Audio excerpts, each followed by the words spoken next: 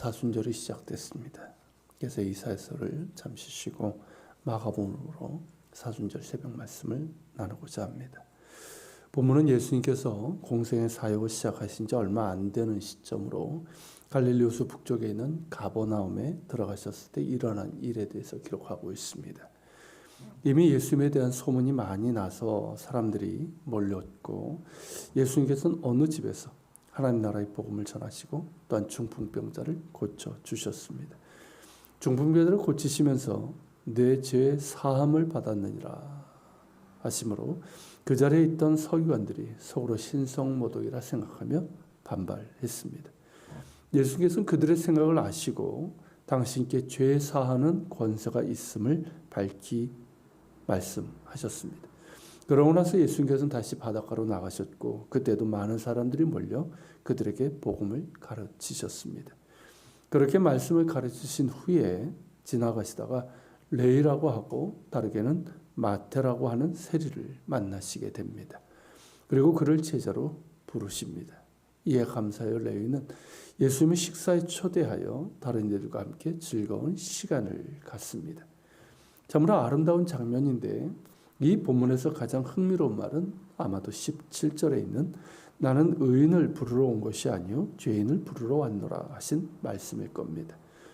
줄여 말하면 나는 왔다라는 것인데, 이것이 왜 특별할까요?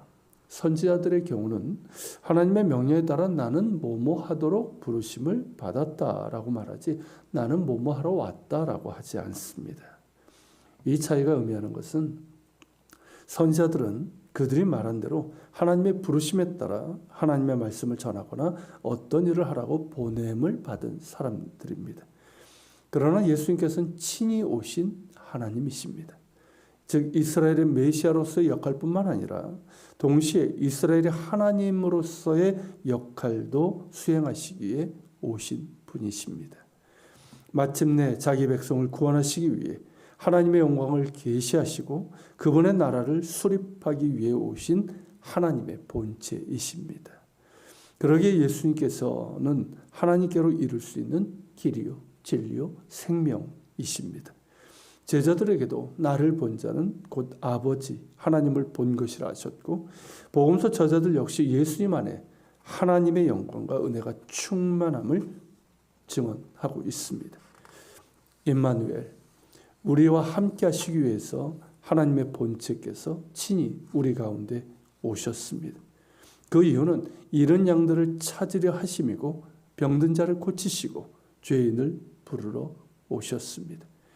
이는 에스겔 34장에서 이미 그려진 그림인데, 거기서 하나님은 이스라엘을 양무리로 표현하시면서 당신께서 몸소 오셔서 잃어버린 양과 길 잃은 양을 찾을 것이라 선언하셨습니다.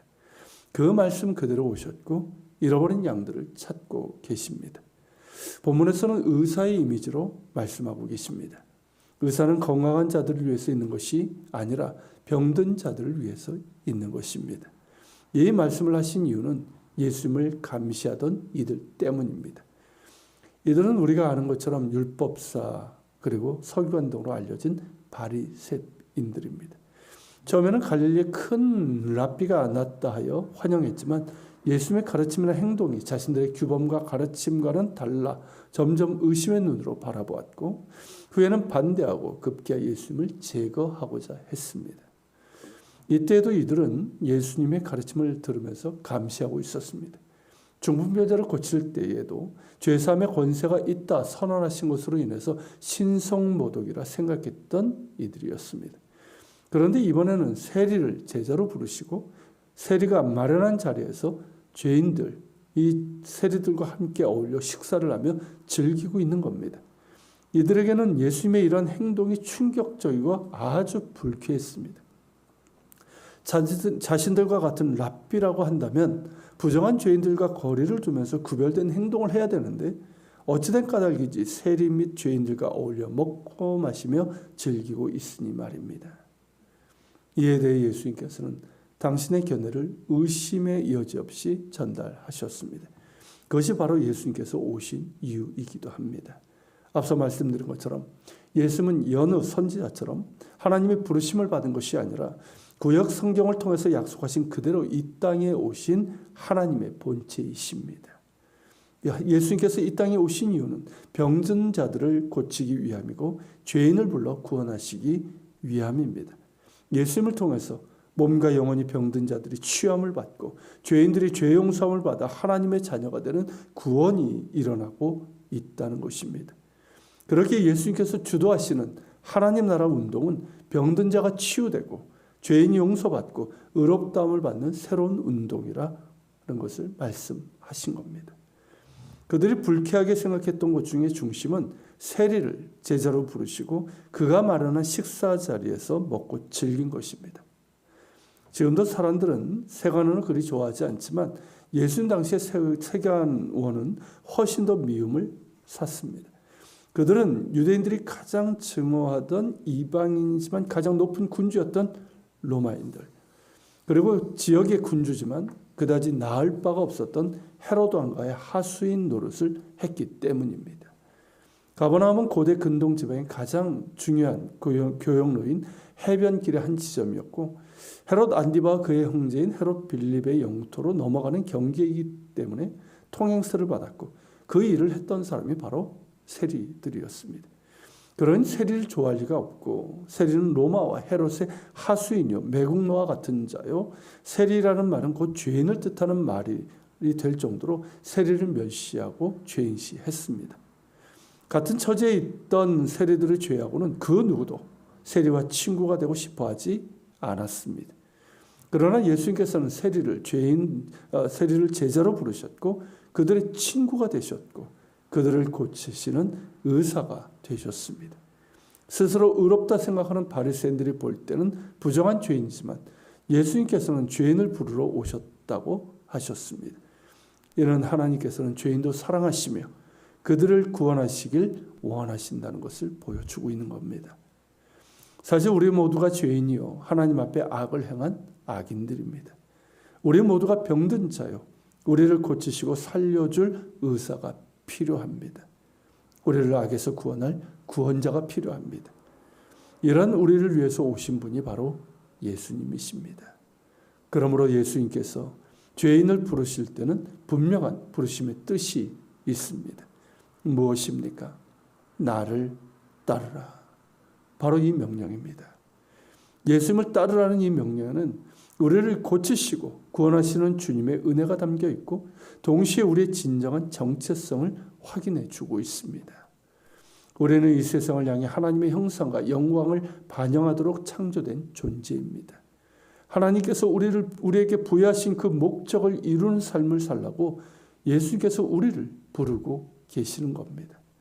나를 따르라고 하시는 이 명령은 우리가 지금껏 살아왔던 방식으로 계속해서 살아도 좋다는 의미는 결코 아닙니다. 디트리 보네포 목사의 말처럼 예수께서 누군가를 부르실 때 주님은 그들에게 와서 죽으라 그렇게 명령하시는 겁니다. 그 죽음이 무엇입니까? 그것은 병든 자를 고치시고 죄인을 부르신 목적에서 확인할 수 있는 것처럼 예전의 삶을 떠나는 데 있습니다. 하나님을 대적하며 탐욕과 불순종으로 죄 가운데 있었던 옛사람의 삶에서 떠나 그리스도와 함께 십자가에서 죽는 것을 말합니다. 그리고 그 죽음은 새로운 생명으로 이어집니다. 예수와 함께 죽고 예수와 함께 살아가는 거듭남의 경험이고 예수님의 부활에 참여하는 생명의 소망입니다. 그러므로 나를 따르라는 예수님의 부르심을 들을 때 우리는 죽음과 새로운 생명 이 둘을 다 예상해야 합니다. 그 부르심에 응하여 예수님을 따를 때 우리는 병든 자에서 건강한 자로, 죄인에서 의인으로, 죽음에서 생명으로 옮겨지게 될 것입니다. 같이 기도합시다. 죄인을 구원하시게 오시고 또한 병든 자, 자신이 병들었지도 모르고 죽어가는 이들을 구원하시기 위해서 이 땅에 오신 우리의 치유다 되신 예수님을 찬양합니다. 그리고 예수님, 우리를 구원하신 예수님, 우리를 부르신 주님, 나를 따르러 가신 주님 그 말씀을 기억하며 주님을 따르게 하여 주옵소서. 주님을 따르는데 방해가 되는 옛사람의 그런 하나님 불순종과 무거운 죄짐들 다 떨쳐버리게 하여 주시고 온전히 주님 바라보며 주님을 따를 수 있는 주와 함께 죽고 주와 함께 살아나고 주님의 부활에 참여하는 그 소망을 가지고 주님을 따를 수 있는 저희가 되게 하여 주시옵소서. 같이 기도하며 주님